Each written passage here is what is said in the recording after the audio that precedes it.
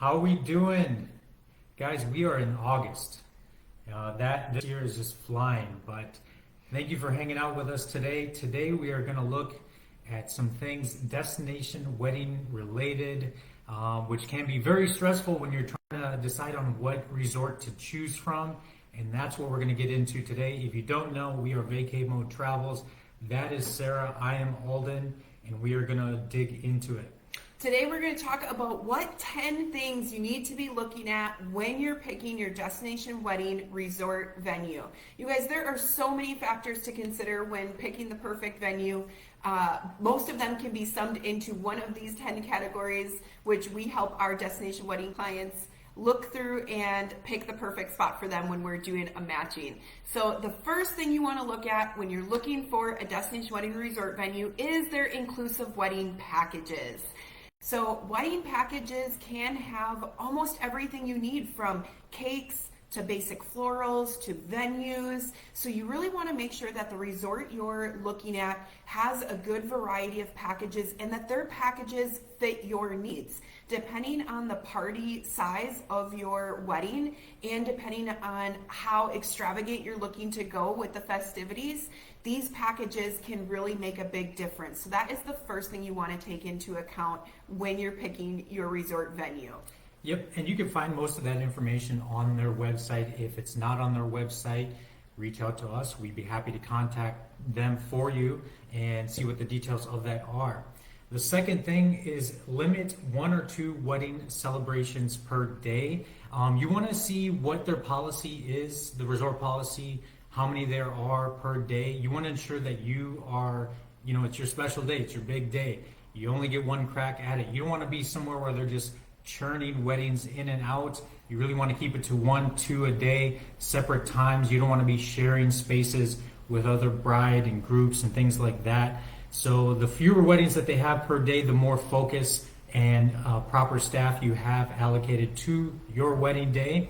And that's why it's important to check what their policy is. How many weddings per day? Absolutely. We prefer to work with properties that have no more than 2 per day. Even if we can find it 1 per day, that is harder to find. But again, like Alden said, you're not going to be running into as many groups. So you're not going to have overlap, people running into each other. It's just going to make for a better experience for you and for your guests.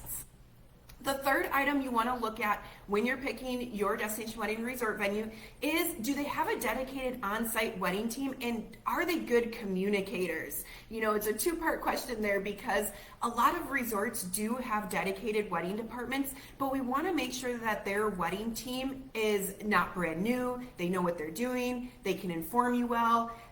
All of those things are really, really important when you're planning your wedding. You don't want to be sending an email to a property and having to wait a week or 2 weeks to get a response. So you want a team that is dedicated to you. Also, why when you work with some of these smaller resorts that have limits of 1 or 2 weddings per day, you tend to get better service because they don't have 50 weddings going at a time, and they are more focused on the couples that they're working with. You want a assigned point of contact who is giving you regular updates and giving you complete transparency as far as where you're at. The number 4 things you want to look for is what venue options do they have? Do you want to have a beach wedding ceremony? Do you want your feet in the sand? Do you want a beach venue wedding but where it's overlooking the sand, sunset? Like a terrace, a gazebo, something like that. And also consider, what is plan B if the weather isn't good? What options do they have for that? Private cocktail hour and the actual buffet food. What options do they have? So the multiple venue options is what you're going to want to be looking for when choosing a resort. Absolutely. More options just gives you more flexibility in the event that weather doesn't cooperate. Again, not everything is always within our control, so we want to make sure that you have a good backup plan. If you're looking at a property and they only have 1 or 2 venues and they also plan 1 or 2 weddings per day, that's not giving a whole lot of flexibility. So these are factors that you really want to take into account. Also, not everybody wants to have their wedding right on the beach. Some people want to have a really unique setting. Maybe they want to get married in a cenote or in the tropical gardens, but near the beach. So again, we want to take all of those factors into consideration. In a cenote. In a cenote, I know. It's a really cool, unique idea. Number 5 is we want to look at property that has rooms with 2 queen beds that can guarantee bedding. So a lot of resorts, especially all-inclusive resorts, they may have 2 queen beds or 2 full beds, but they can't guarantee whether you get the queens or the kings, or they can't guarantee connecting rooms. This is a really important factor, especially with families. Families want to be close together. If you have bigger families with extended children, they may want to have 2 rooms that connect together. So this becomes an important factor when picking the resort property itself. The only thing I'll add to that is you want to consider guests and family who have disability issues or mobility issues, making sure that they have the proper room type to accommodate their stay. Yes. Number 6, several dining options.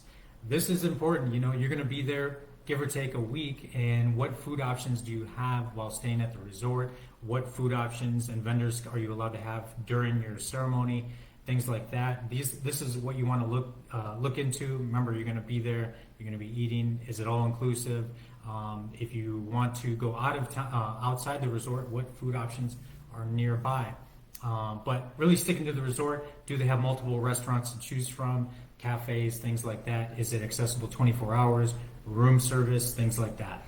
And also consider the dietary needs of your guests. If you have people with dietary restrictions, gluten-free, we want to make sure that they have feasible options for them on the resort. We also want to make sure there's a variety. Not everybody likes to experiment with food. So for some families, it's going to be really important to make sure they have more of like that grill side where it's burgers and hot dogs and things that, most people are going to be comfortable eating. So we, again, just want to make sure there's a variety and something for everybody. The 7th item that you want to look for are the activities and entertainment. Again, we want to remember we are going to be at this property. Your guests are also going to be there several days to a week or more. So we want to make sure there's plenty of things to keep people busy and let them have fun, whether it be pools or the beach or on-site entertainment, dancing, music. All of those things become part of the experience, and we want to make sure that not only your experience while staying there is great, but that all of your guests have a lot of fun as well. For sure. That's half of it right there. Although the wedding day is the priority, you're going to be spending a lot of time doing other things, and it's important to know what your options are and what there is to do while at the resort. And if you want to add in some additional excursions that are unique to your wedding party, that is something we can do when we personalize your experience. So we can also add those type of events in too. Yep. Number 8, family-friendly rooms and suites.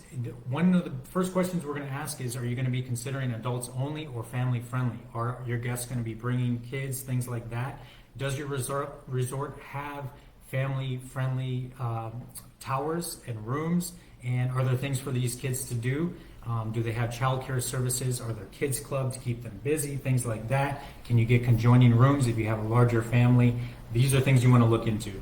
And on the flip side of that, we also like to make sure that there is dedicated adults only spaces, because even though a lot of times for destination weddings, we're looking at spots that have family friendly availability, there's also going to be, brides and grooms are going to want some time to themselves. They're going to want to be able to relax away from the kids. So again, those are important factors when you're picking your property, to make sure that you have the designated areas that everybody's going to be looking for to truly enjoy their trip to the fullest.